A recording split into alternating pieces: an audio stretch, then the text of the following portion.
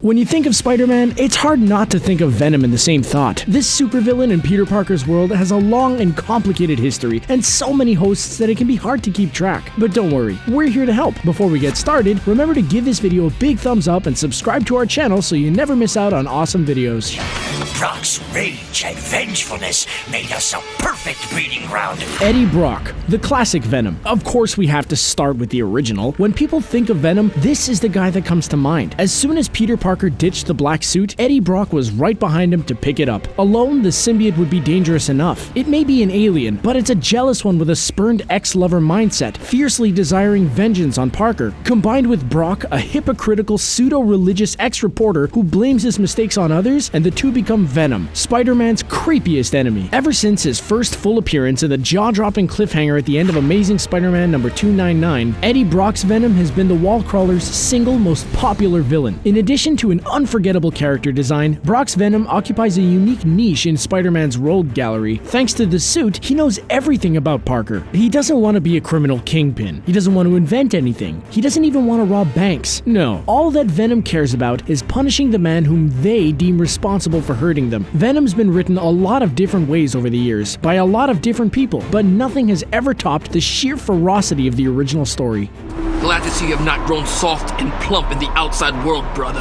Matt Gargan, the Scorpion Venom. Years before Venom, Carnage, or any symbiotes were anywhere near close to bonding with a certain friendly neighborhood webhead, Matt Gargan was the original anti-Spider-Man. Over the years, he lost his touch. Though he'd once been a clever private investigator, the operation that turned him into the Scorpion left Gargan irrational, filled with rage, and constantly undermining his own goals. After years of being handed defeat after defeat by the same superhero he was created to supposedly be an improvement upon, Gargan wanted something better than his Scorpion abilities. So when the cancer-ridden Eddie Brock sold off the symbiote at an auction, donating the proceeds to charity, Gargan wanted in. After the symbiote ditched the initial host it was sold to because it wanted someone stronger, Gargan jumped at the chance to become the new Venom. Little did Gargan know that the insanity he'd suffered from before was nothing compared to what the Venom symbiote could do to him. As Venom, Gargan was overwhelmed by the symbiote tendencies. His mental state degraded to the point where he became a cannibalistic sociopath. He gorily ate other human beings and was driven by increasingly irrational urges. Gargan becomes terrified of the living organism now bonded to his body, but is unable to separate himself. When he's finally cut free from it, the impact is so severe that Gargan suffers major medical consequences. The anti-venom can't be stopped or altered, only inhibited in a level 4 or 5 cadmium device with positive ion flow. Don't hurt me! Anti-Venom. After the Venom thing ended, it left Brock pretty torn apart. He couldn't have known it, but his cancer was actually feeding the symbiote the whole time he wore it. Brock knew that taking it off meant his cancer would immediately spread and he would die. Believing he's in his last days, a cancer-ridden Brock begins hallucinating a vision of Venom that instructs him to commit murders. Brock learns to ignore the suggestions of this hallucination and manages to regain partial control of his mind. When Brock is miraculously cured of his cancer, he begins a new life working at a soup kitchen. But the symbiote finds him, and when it attempts to leave Matt Gargan's body and reunite with Brock, something strange happens. Instead of bonding to his former alien partner, Brock's physiology has become caustic to the symbiote, and a new white symbiote is created from the remnants of the old Venom suit in his veins, combined with his white blood cells. After defeating Venom, Brock finds that his new symbiote is composed of powerful antibodies that can not only detect when others are ill or disease-stricken, but can also cure them of their ailments. With these strange new abilities, Brock becomes Anti-Venom. Feeling deep regret for his days in black, Anti-Venom attempts to reform his old ways and act as a hero.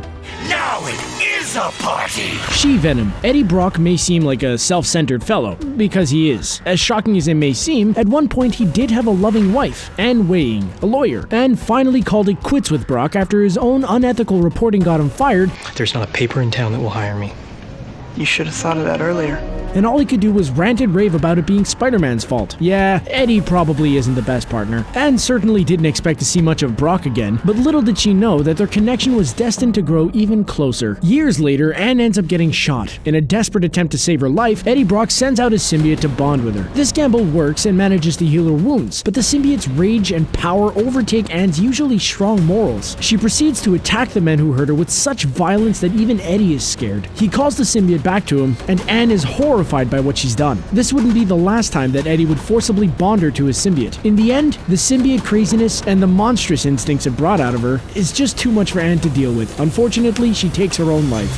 I know. Peter Parker and Flash all friendly? Agent Venom. One of the most popular takes on a popular character is Agent Venom. This version of Venom is actually Peter Parker's old childhood bully, Flash Thompson. After graduating high school and becoming friends with the same kid he used to harass, Flash ends up joining the army. His time overseas ends in tragedy, however, with both of his legs getting blown off. Meanwhile, the now separated Venom symbiote comes into the possession of the US military, and they want to use it as a weapon. Due to his combat experience, Flash is selected to become Agent Venom and perform special ops missions. For these missions, he's bonded to the Venom symbiote, which generates biomass to recreate his legs. Additionally, it endows him with all the powerful abilities of all the other Venoms. Agent Venom, reporting for duty. However, Flash is under strict requirements that he can only bond with the symbiote for 48 hours at a time in order to prevent it from taking control of his mind. Though Agent Venom is a popular concept, it'll probably be a while yet before we see it utilized in a movie. While we don't know if Venom will be in the Marvel Cinematic Universe, the character of Flash Thompson is going to be introduced as a teenager in Spider-Man Homecoming, so we can presume that he's probably a long way off from his symbiotic future. We call ourselves Venom.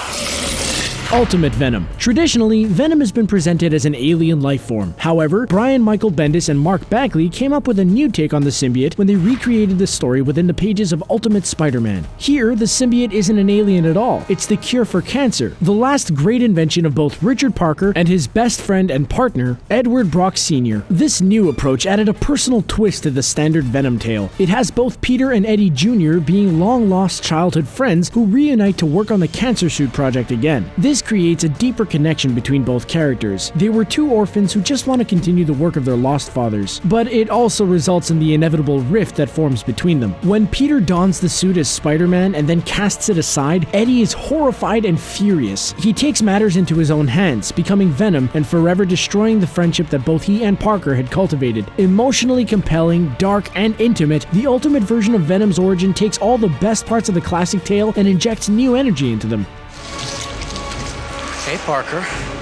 My God, Eddie. Venom in Spider-Man 3. Venom's cinematic debut came during Spider-Man 3. The villain's massive popularity among fans led to the studio forcing Sam Raimi to incorporate the character into his film, even though he'd already planned to use a version of the Green Goblin, Sandman, and the Vulture. As a result, Vulture's spot was dropped in favor of Venom, and the director tried to make it work for the storyline he already had planned. Unfortunately, this resulted in Eddie Brock's story arc feeling rather crammed. Job? Anybody care about what I want? I do.